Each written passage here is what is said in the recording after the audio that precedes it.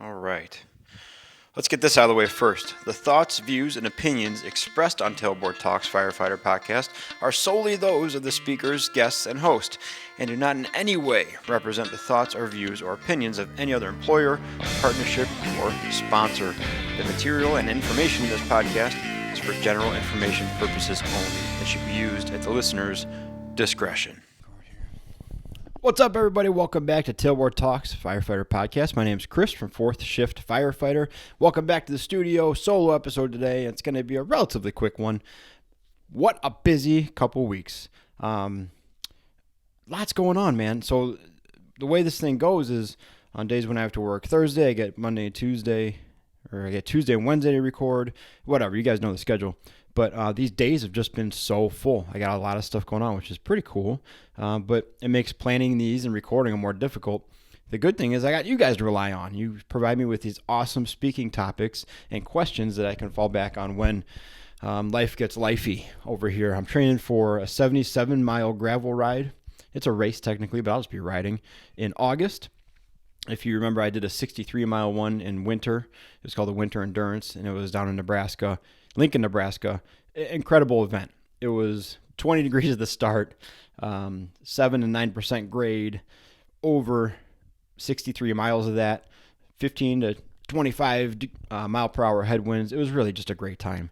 It took me a long time, and I struggled. So I signed up to do this summer one, and it promises to be pretty much the opposite in terms of conditions. It's going to be like 100, but same crazy terrain, same rough inclines, hill repeats for about 6 hours, and it's going to be 77 miles this time. So I've been spending a lot of time training for that, which takes up a bulk of the midday when I typically record.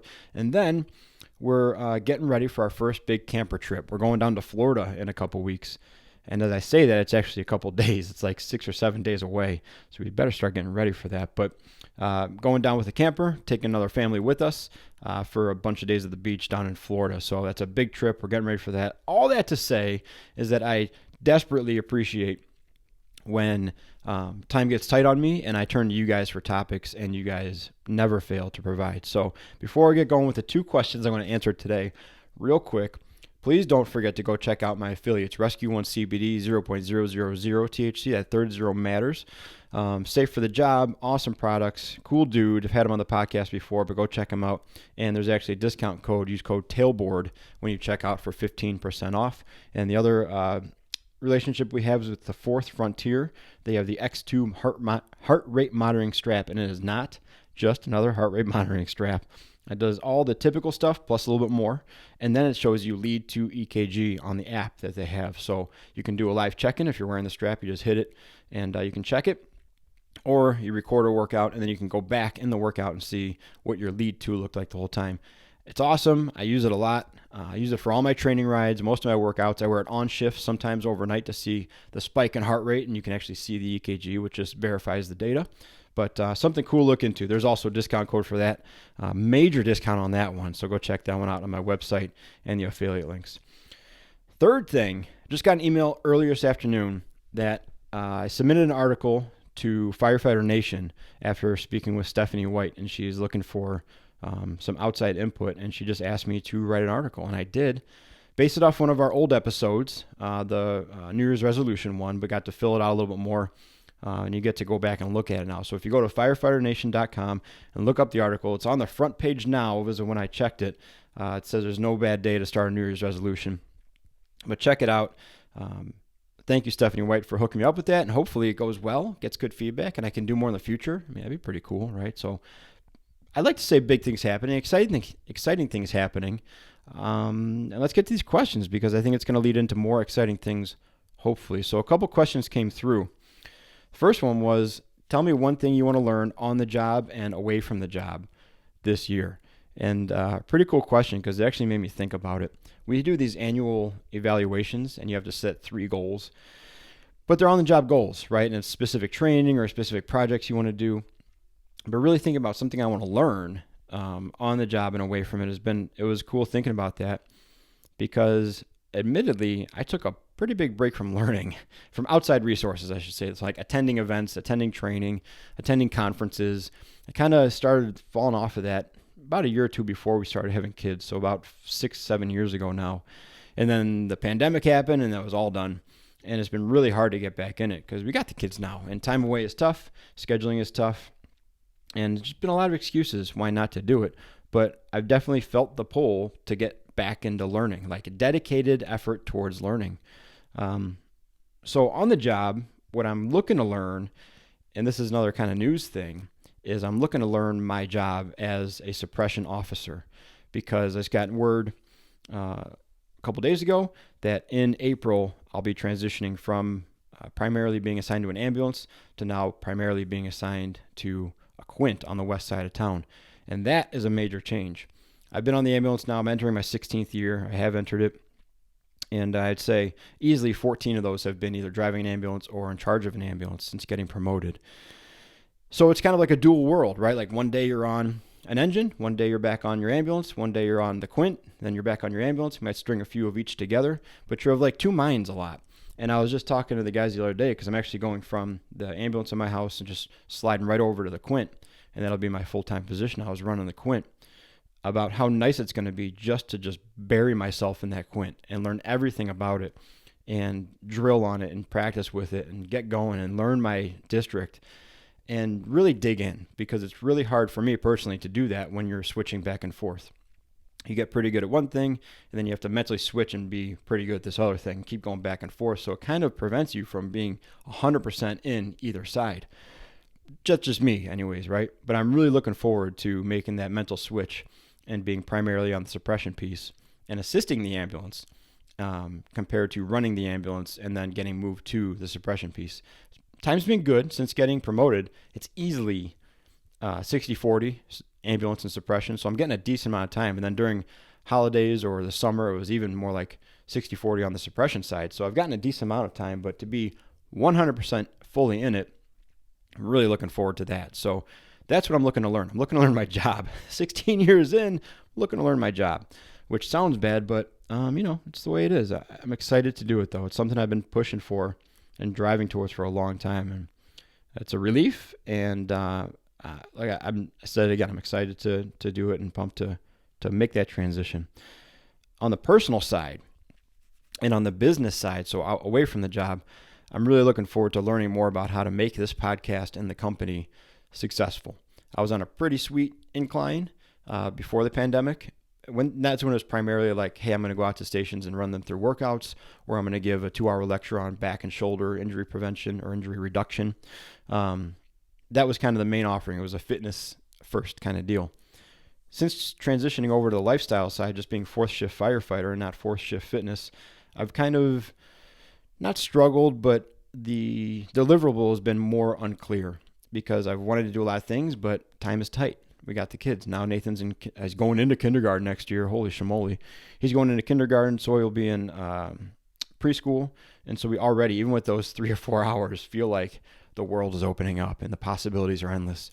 And so I'm really excited to see how far I can push this podcast, see how far I can push my impact, and see what we can make this thing. So I'm learning about marketing and advertising, and I have a really good friend helping me with web design and starting to make this thing a thing. I have goals. I have goals of attracting sponsors, more product partnerships, stuff like that. And I'm pumped. I'm pumped to get into it. It's another thing that I was always in it, but I can only devote so much time to it. And now I feel like I have the bandwidth available to get in it. So excited about that. On another personal side, I'm excited to continue to learn how to be a parent because, dude, it changes every single day with these two. Nathan will be 5 and Sawyer will be 3, both by the end of May. And it's literally like parenting a new child every day at this point. Some days on the really, really awesome side and some days on the rage-filled and unbelievably stressful side. But that learning process is something I'm still excited to do. Kate and I still joke around about the people who post pictures that say like my world, and there's a picture of their kid, and we know that our kids are an absolute terror, and we'll do the same thing. Be like, this is my whole heart, and this little angel sitting here. When it's really, we were 5 minutes ago, we were pulling them through the store, and they were a human duffel bag behind us. Human Zambonis, we were dragging them through the store with a tantrum. But I'm excited for that. I'm excited to keep learning, keep growing, and for whatever reason, I feel like the mental space is clearing a little bit. It tends to be a roller coaster, right? So I could be up for a big fall here pretty soon. But knowing that my job is changing a little bit, knowing that Nathan's going to kindergarten next year, I feel like we're at a kind of a turning point in the parenting and the business and everything. So I'm pretty pumped to explore that, man, to get learning again, to see where this thing can go. Now, second question came in, and I really like it because it's a deep topic, but it's a highly specific topic to each department and each person, quite honestly. And the question was from Matt Spade. I can get back to it pretty quickly here. And it says, if you had to pick one form of training, in-house or outside with certifications, which would you choose? And great question, first of all, because there does seem to be in a lot of places the separation between the two, right? And you only get so much support to go to training outside, and there may only be so much training inside. So depending on where you work, one might be the only option, right? If you have very limited training opportunities in your department, you have to go outside to get training experience and reps and hands-on and build your abilities. If you have a really good training division inside, maybe you don't feel the need so much to go outside so often. I'm fortunate that's kind of the camp I'm in. We have a really good training division, really smart guys, really innovative, welcoming to new ideas, highly adaptable. Of course, there's a standard of service that we have, not just a minimum, but like a true standard of execution, performance. Hello, but inside of that, if you meet that and you're willing to go above it or go outside of it to bring new stuff in, they're all about it. So it's a really cool spot. So naturally, I've gravitated towards just really, really trying hard to be a great student and very contributing and productive with our in-house training. But I absolutely do think there's a need for outside training and outside perspective. I wrote down a few pros and cons here of both.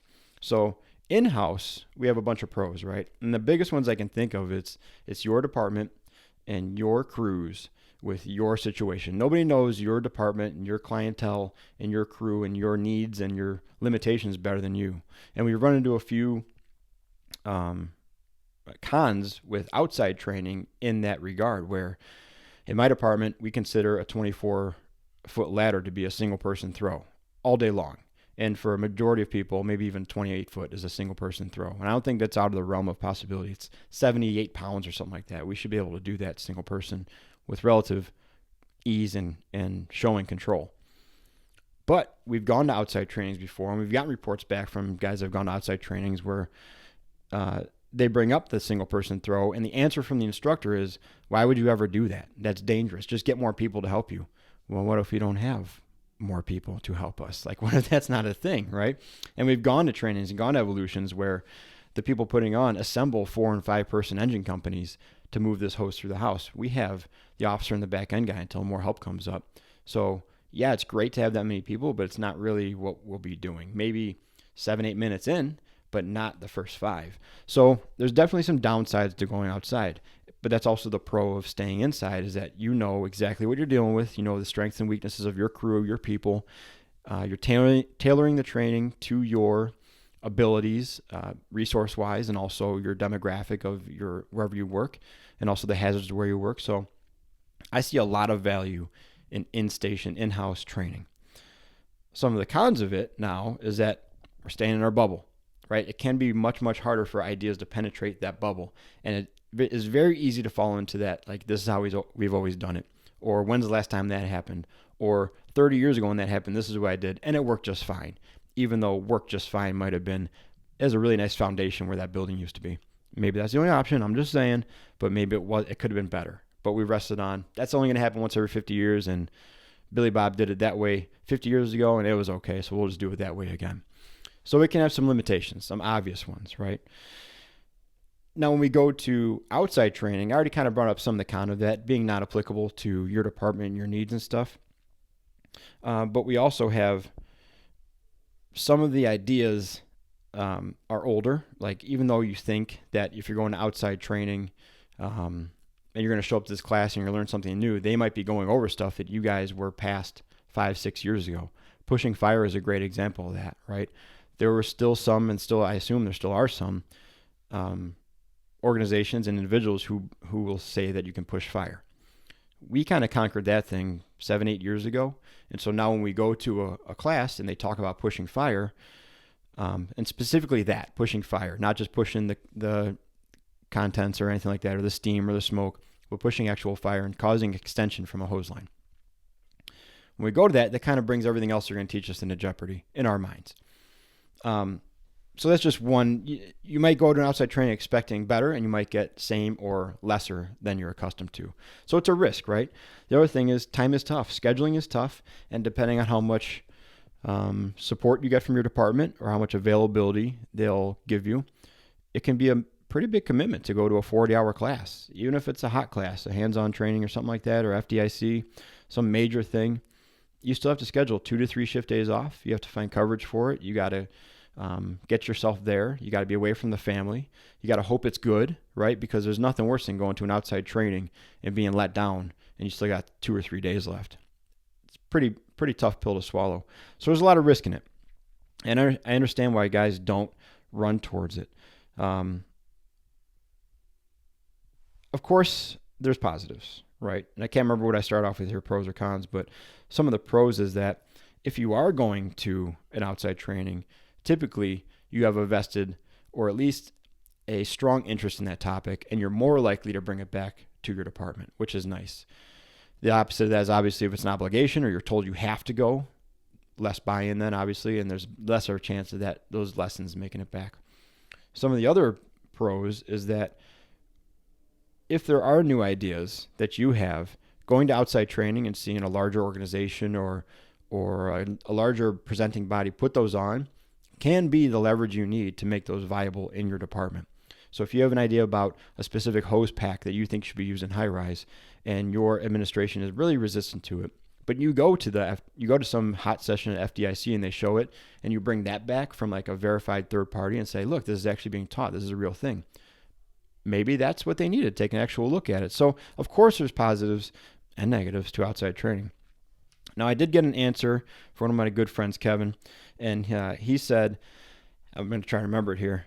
He said, outside training early in your career and then bring all that stuff back so you can make good inside training later in your career when you're in that position to lead. And I think that's a great answer.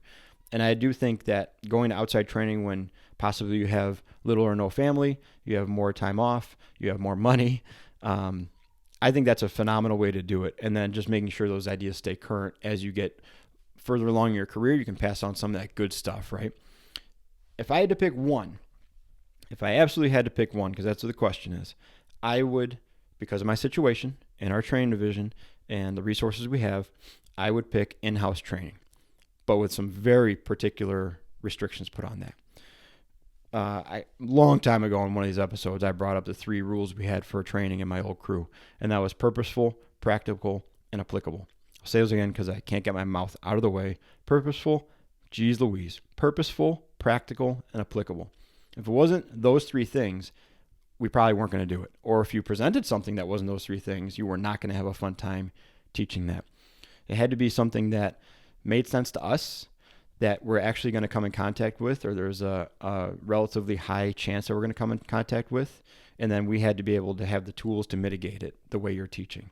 Purposeful, practical, and applicable. If you keep it to those 3 things, you're going to be good. The other piece of advice I'll give you with leading a drill like that, leading an in-house training, whether it's coffee table stuff, tailboard stuff, multi-company training, whatever it is, roll call, don't be afraid to set a time limit on yourself, but man, you better stick to that time limit. Some of the worst trainings I've been to, I shouldn't say worst, some of the more lackluster or frustrating trainings I've been to, in-house, crew stuff, whatever, have been ones that are like, we got to train for an hour today. Just go pick something. We'll run through it. And then that takes 20 minutes. We're like, I don't know, go pick something else. And we'll just go through that. No direction. All we know is we got to be out there for an hour. Not great. Some of the best trainings I've been a part of where the person said, like, we got 20 minutes. We're going to go over cribbing for 20 minutes.